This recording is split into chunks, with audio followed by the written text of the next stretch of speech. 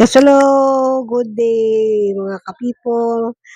Dito na lang po sa inyo si Granny Esther at ang inyo pong lingkod ay muli mag-share ng video mula sa lugar na aming pinuntahan there in Puerto Princesa, Palawan. At salamat muli sa patuloy na suporta nyo sa aking video at salamat po muli na patuloy niyong tinatangkilik ang mga aking mga video. Salamat mga apo, mga anak, at sa mga ka-people out there na though yung iba ay hindi ko kilala, but still thank you for my subscriber. Thank you for those who are watching me. Thank you so much at nawa sa ipapakita ko, share kong video ito ay meron kang mapulot na maganda at tips na naman mula kay Granny Esther. Thank you so much. Go to my video. Yes, gaya nga na sinabi ko, papunta kami ngayon sa Puerto Princesa, Palawan. At dahil sa pangako dahil bakasyon pa rin, nisituate namin na maiaano pa rin namin to the most of it, yung bakasyon ng mga bata habang bakasyon nila ay naipasyal namin sila sa iba-ibang lugar para at least magkaroon naman sila ng mga idea kung ano ang mga naroroon sa mga lugar na yon. At ito nga, we are here again in Terminal 3 kasi ito lang naman domestic na terminal dito sa NAIA. Meron din sa Clark. But ang kausap kasi ng aking anak ay nasa NAIA ang kanyang and then Cebu Pacific ang kanyang aeroplano siya sakyan po namin. Kaya ito makikita nyo, we are riding now this airplane at this is my second time na masumakay, third time na sumakay ng aeroplano. But this time natutuwa ako kasi araw kami makakapunta doon sa makikita ko yung ganda ng ulap, which is talagang dapat natin ipasalamat sa Diyos kung gaano kaganda ang kanyang nilikha. Isa sa mga tips ko na para ma-enjoy nyo ang inyong vacation, enjoy what God provide sa atin, katulad ng mga ulap na yan, alam natin yan isang way na naghaharang ng tubig at due season ay magiging ulan. Kita natin na from our airplane ay kita ko ang mga bundok siliwanag, hindi katulad nung nagpunta kami noon ay gabi kaya hindi ko masyado na-enjoy ang tanawin. But this time ay araw, 1 o'clock kasi yung aming naging flight. Kaya ito, here we are, enjoy the scenery.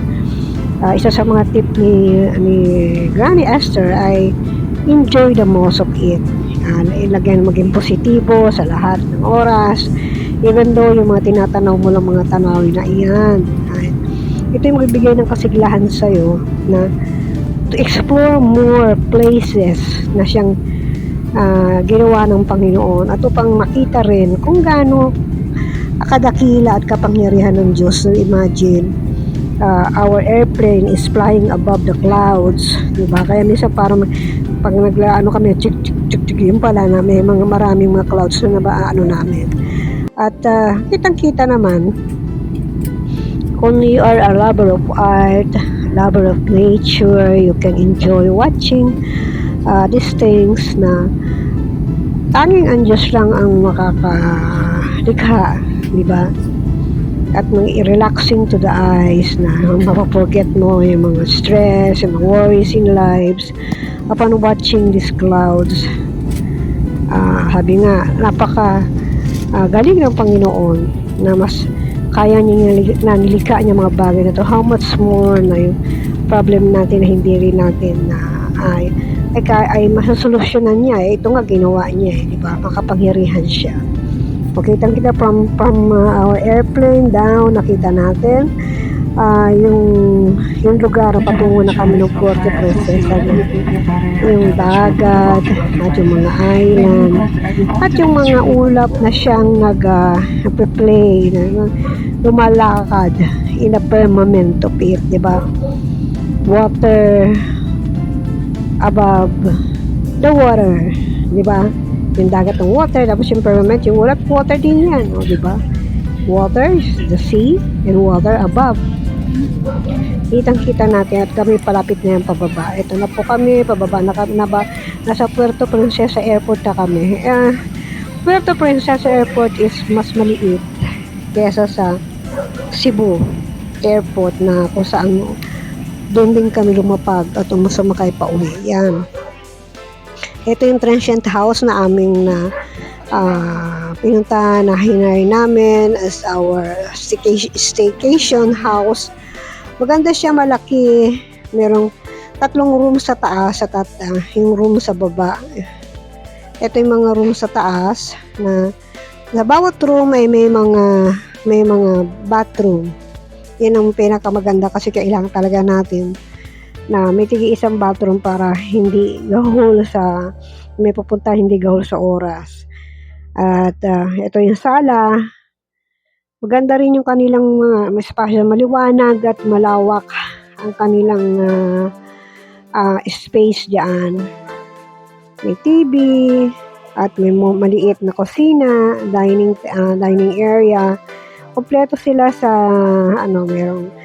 may lutuan, may rep, doon pwede kang magluto. Kaya nga nung nagandong kami, bumibili na lang kami sa palengke kasi malapit ang palengke doon. Ito yung room na saan ako tutulog kasama namin sa bahay at yung 2 kong apong lalaki. Kasi hindi ako pwedeng umakyat sa taas. Mas maganda talaga na sa baba ka na lang. And I really enjoy so much. Ito yung CR nila, malinis naman. Maganda at maliwalas dahil yung kanilang pintura, orange. Siguro yan ang paborito niya. Ngayon mo nag-hire kami ng van at papunta kami kami ay mag-city tour. Ito yung part 1 namin, yung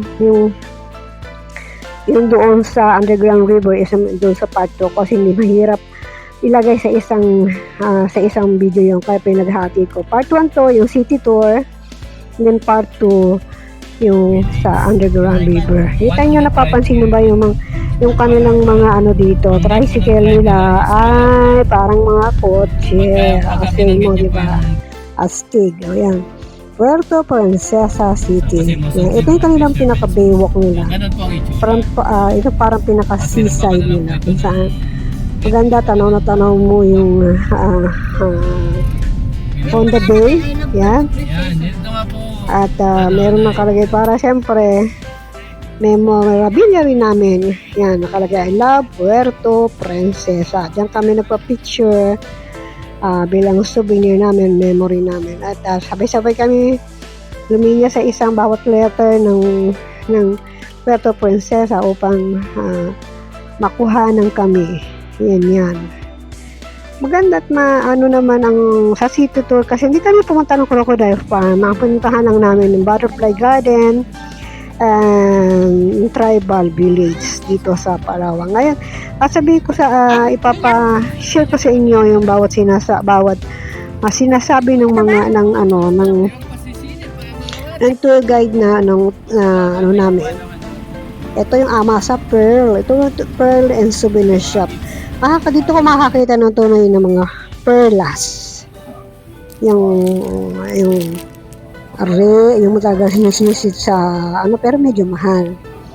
Pero yung perlas na cultured lang, medyo mura yun. Kung gusto mo. Dito lahat yung mga pwede mong ipasalubong, mga danggit, mga daing, disto. Masarap yung kanila kasi bumili ako minsan na okay naman, na isakay naman namin sa airplane. Masarap mo siya. Hindi siya ganun kaalat na yung daing na nabili namin na though medyo pricey ng konti syempre.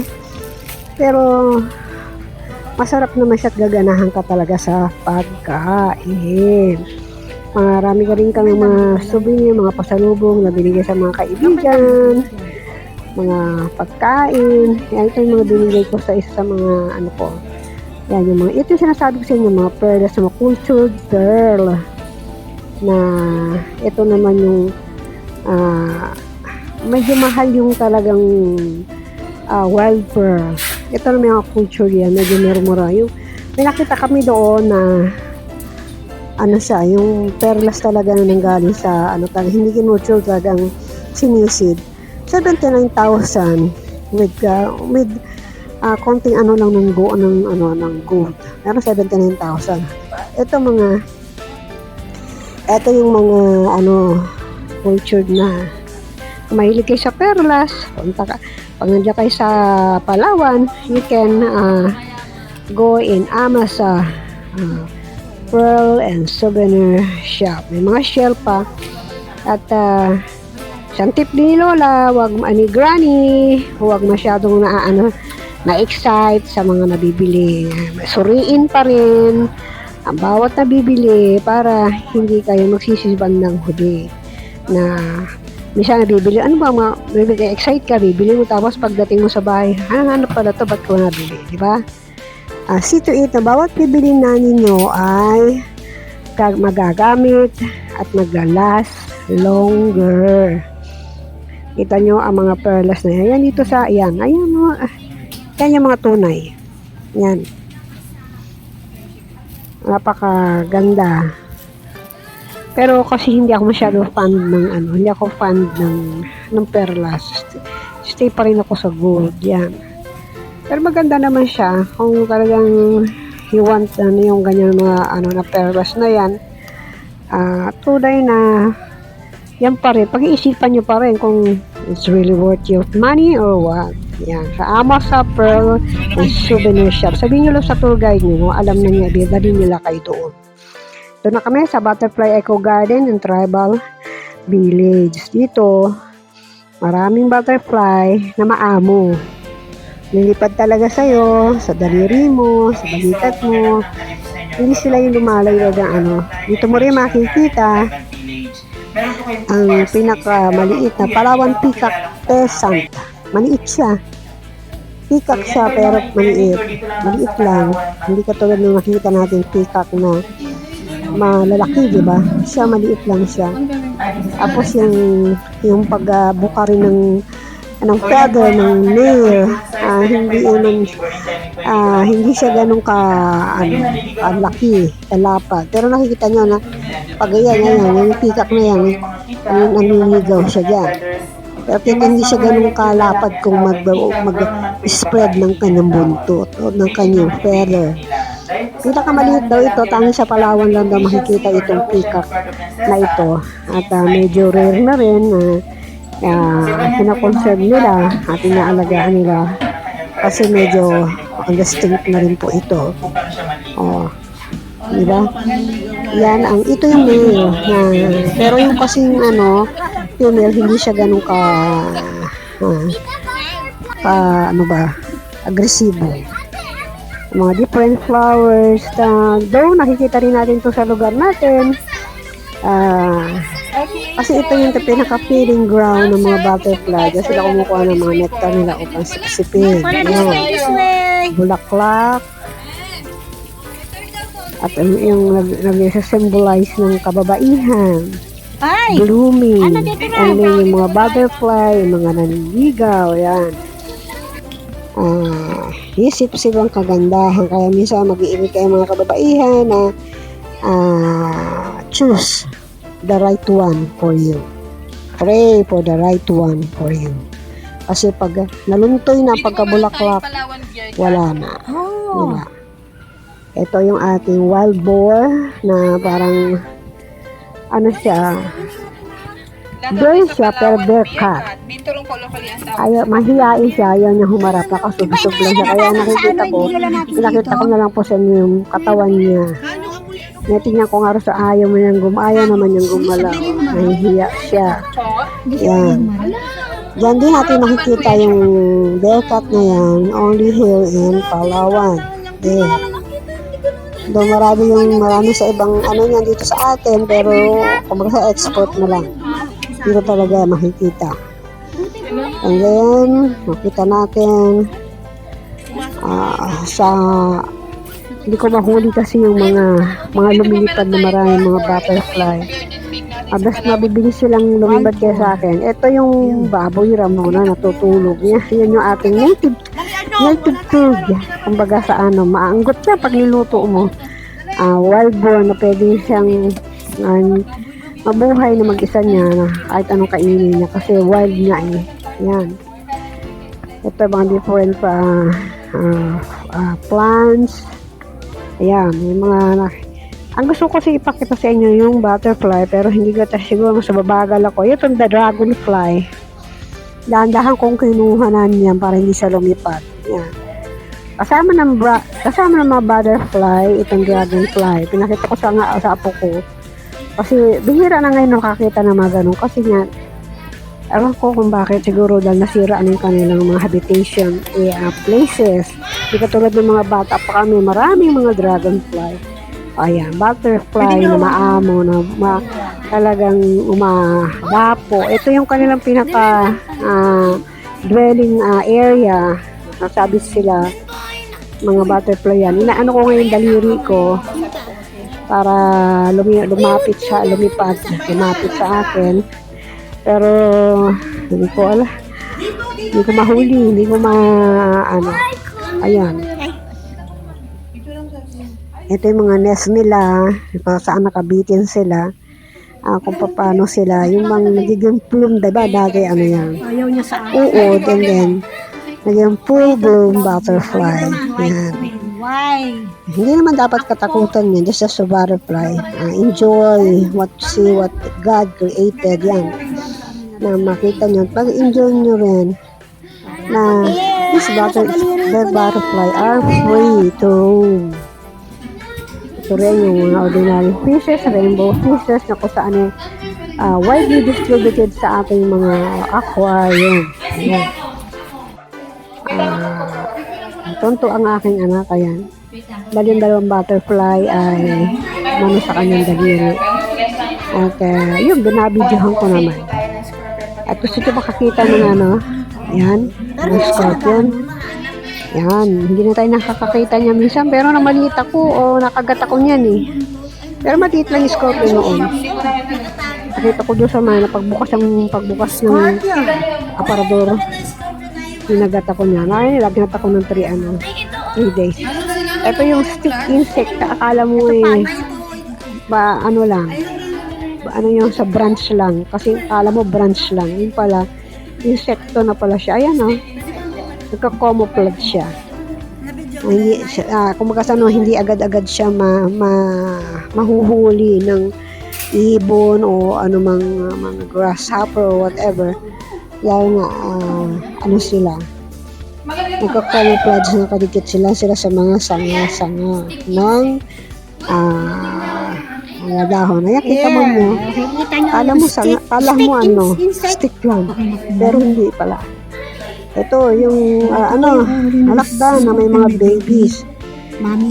Konting ingat sa mga ganyan kasi yung sting niya very fatal at talagang may sting ka lalagnatin ko yung ibang mga scorpion nakakamatay. Pero ito siguro hindi naman.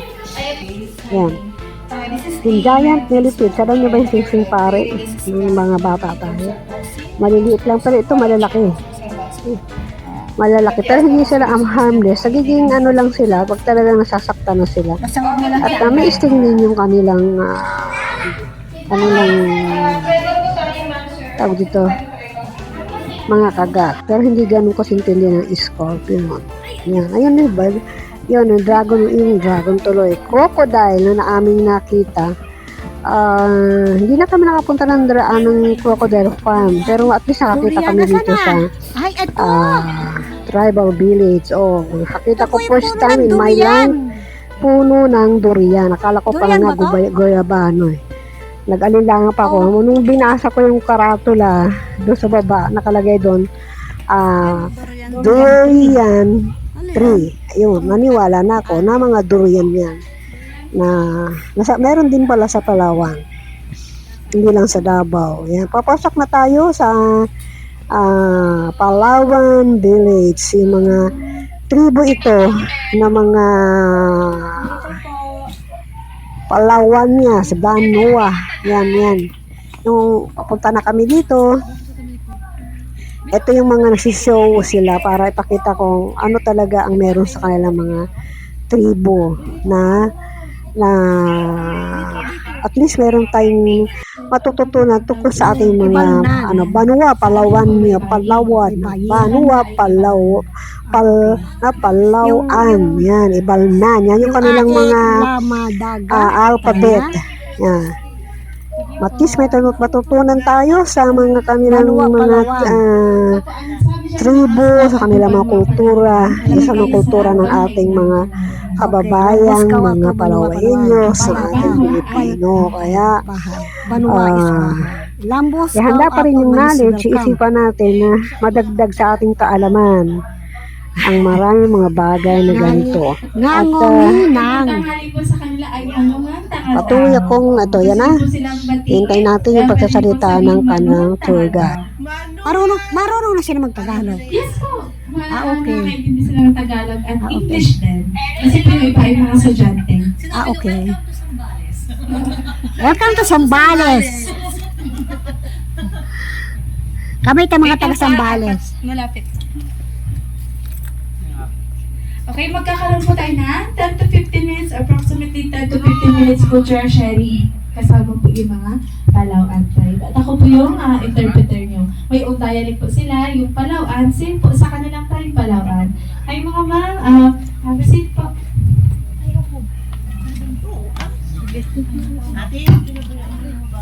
Pero marunong ka na mag-Tagalog, ha, Iha? Marunong ka na mag-Tagalog. Dali na, dili na marunong.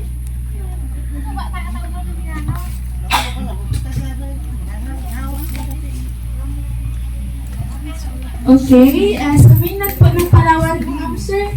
Wait, sir, ma'am. Okay, we have 3 major tribes. First po yung mga Tagbanwas, from central to north. Second po yung mga Batak. They live in the northern part ng Puerto Princesa City. And then sila po yung pangatlo, yung Palawan tribe. Sila po yung original inhabitants ng southern part of Palawan. Familiar po ba kayo sa Tabonon or Caveman? Sila po yung mga posibleng descendants. Since 1967, yeah, po? Meron pa naman po sa South, marami sa South. And since 1976, ma'am sir, different families po nila ay bumibisita dito at naging temporary yung po nila ito. Sila po yung full-blooded natives ng Palawan tribe, grupo ng indigenous people na kung saan naninirahan po dito thousands of years ago na. Yung iba po nagsistay for a couple of weeks, yung iba for a month, yung iba 1 to 2 days lang since temporary yung lang naman nila. And then after that, they go back in the mountain about 200 kilometers away from here. It will took 5 hours po kung babiyahe kayo gamit yung van or bus papuntang south. And what we have here, ma'am sir, is a livelihood program. Since we notice po ng kanilang kultura at tradisyon na unti-unting nawawala dahil po sa life's modernization. But through this livelihood program, ma'am sir, we encourage them to share their culture and yung kanilang tradisyon sa mga local and foreign tourists. Nandito rin po sila para ibenta yung kanilang mga produkto galing po sa bundok or doon sa south. Okay? Pabili na birthday! Okay, siya po si Dia, isa sa Palawan tribe. Ayan po ay bagtik. Yan po yung kanilang produkto. Galing po yan sa data ng malaking puno ng almasiga tree. Yung first, it is a sticky liquid. After that, binabenta nila sa lowland. Okay? At alam niyo po ba na ang bagtik ay may ingredients sa paggawa ng nail polish, fiberglasses, paints, varnish, and other related products. Yes po. At ngayon naman ay okay, ito naman, siya naman po si Jeneline. Ito yung kanila native backpack. Ang tawag sa native backpack nila ay bakit? Ginagamit po nila ang bakit para buhatin yung kanilang mga produkto. Yan pong mga bagtik. Okay, ang sabi niya, when it's mabugat or when it's heavy, no worries. Aside from the shoulder strap, ma'am sir, meron din silang head supporter to carry even more weight. The adults po can carry 30 to 50 kilos akyat baba ng bundok. Yung bakit po na may lamang bagtik, iyon pang nasa bahay. Okay, sila rin po ay mga Palawan tribe po ay mga music lovers. Isa po sa kanilang instrument, ma'am sir, ito pong gimbal. Ito yung kanilang native drum, ang tawag sa kanila ay gimbal. Gawa po ito sa kahoy na inukit nila. At on the top of this native drum po ay gawa sa balat ng baka.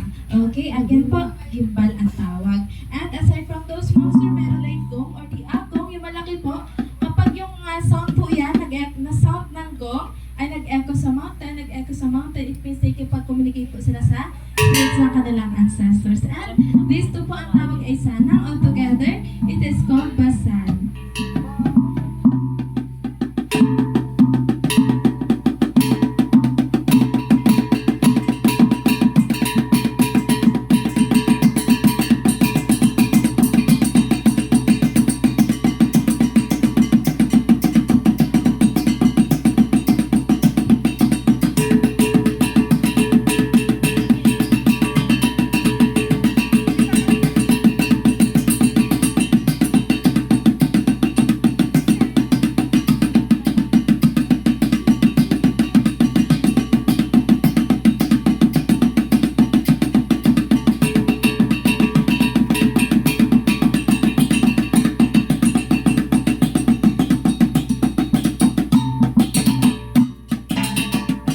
Alright, those instruments here po, they don't dance to entertain guests and tourists because tribal dances are rituals. It means sagrado po yun sa kanila. They only dance if they have special occasions like a good harvest prayer and wedding. Yes po, that's right. And Bouncer, before the arrivals of the 6-string guitars dito sa Pilipinas, yung mga Palawan tribe po, meron silang 2-string native guitars. Ang tawag ay Kudyapi or Kudlungan. That's one of the first guitars here in the Philippines. And right now, Ma'am Sir, magpiplay po sila ng music. Ang tawag dyan ay bird song. Ang tawag po sa kanila ay boget song.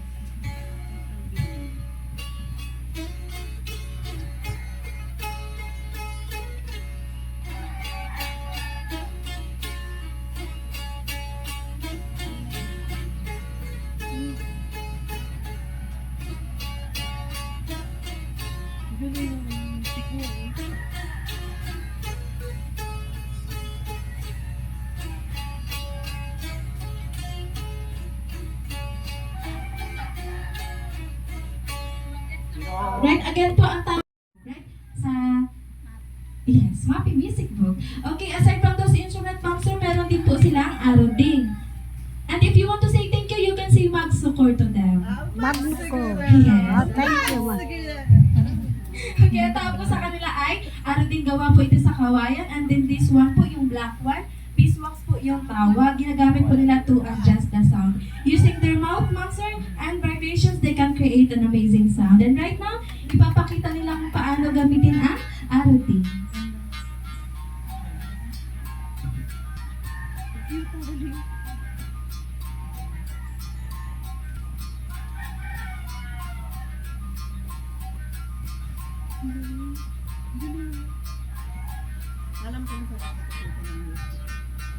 Alright, magsukor. Again, that is called aroding po. And aside from those, Ma'am Sir, aside from they are music lovers, sila rin po ay mga hunter-gatherers. Whenever they hunt animals, gumagamit po sila ng two kinds of spears. Two kinds of spears po. Ang tawag ay ligid at suraya. So, ginagamit yan nila pag nag-hunt sila ng mga wild animals doon sa mountain. This one po ay ligid and this one is suraya. It may looks like a simple spears po, pero century-old na ang mga ito.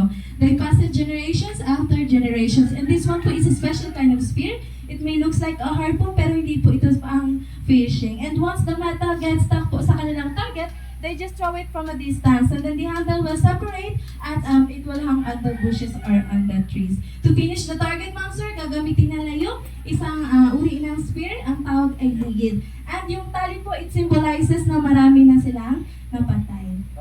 Yes. And back-up kill po itong ligid. And to imitate the sounds of birds and squirrels, Ma'am Sir, ginagamit po nila yung tampyos.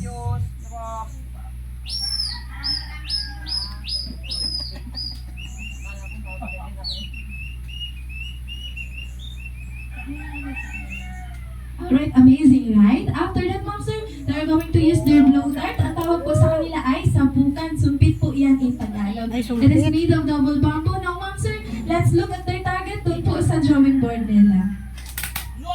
Oh!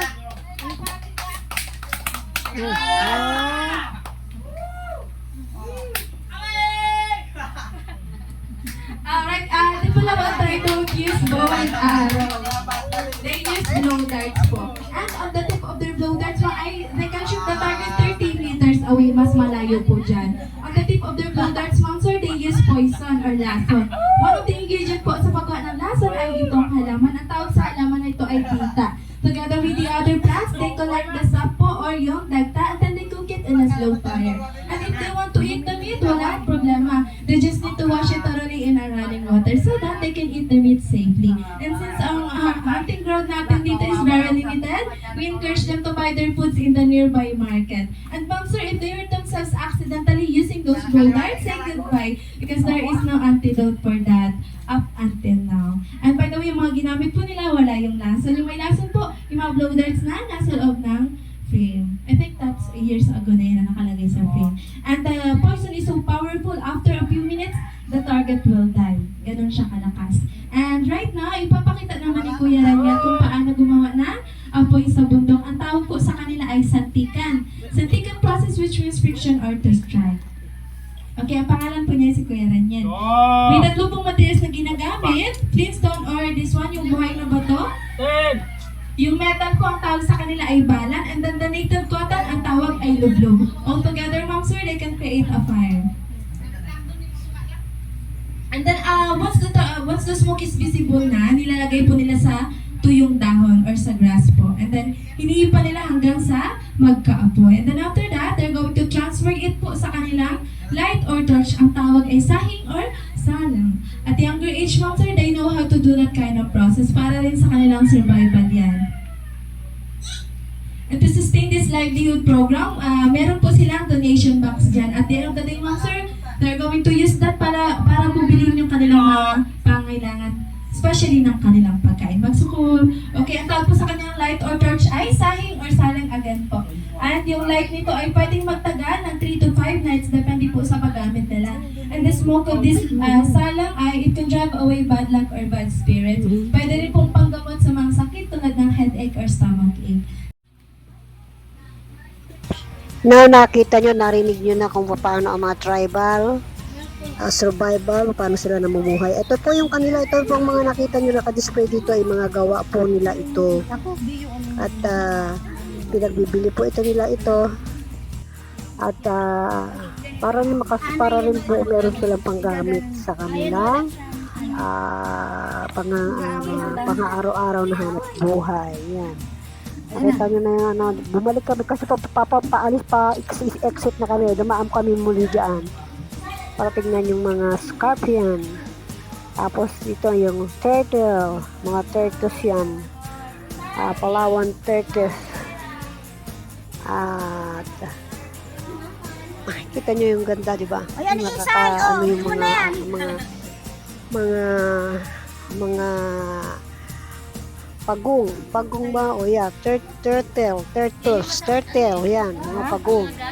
Oo nga, yan ang mga Yan yung kasi pa-exit na kami, napansin ko na meron pa palang hindi namin nakita, yun nga, pagong. Ito kita nyo, ito yung nakita natin sa transient natin. ito yung mga butterfly na kanilang na-dry. Ay, may maliliit. Actually, bumili kami ng yung sari-sari kita yung mga bata dyan. Yan, nilagay nila dyan.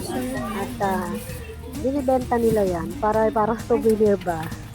Tingnan yung mga ibabang klase ng Parang wala silang butterfly na kanilang inaalagaan. Tapos pinireserve nila. Ito naman yung mga gawang ano lang. Magaganda. Reasonable prices naman. Hindi naman masakit sa bulsa, syempre. Reasonable. Pati yung mga clock. Halos karamihan na may butterfly silang minibenta. Ito na kayo sa may giant slide. Pauwi na po kami niyan. Pabalik na kami sa transient house namin. Hindi na kami nagpa-slide, nagpa-picture na lang kami. Yan po yung lugar ni Senador Mitra Senior, yung namatay na Mitra. Yan po yung lugar niya. Maya ipapakita ko sa inyo yung bahay niya dito sa dyan mismo sa asyenda ni Mitra. Ito yung Rancho Mitra, yan, Palawan. Ayan po yung tahanan bahay ni Senador Mitra. Ito na po kami, tribal village. Yan, thank you. Ngayon, ito yung maganda, diba? Marami ako natutunan doon sa tribal village. Pero ngayon, susunod na yun naman sa underground river. Thank you for always supporting my videos. Bye-bye!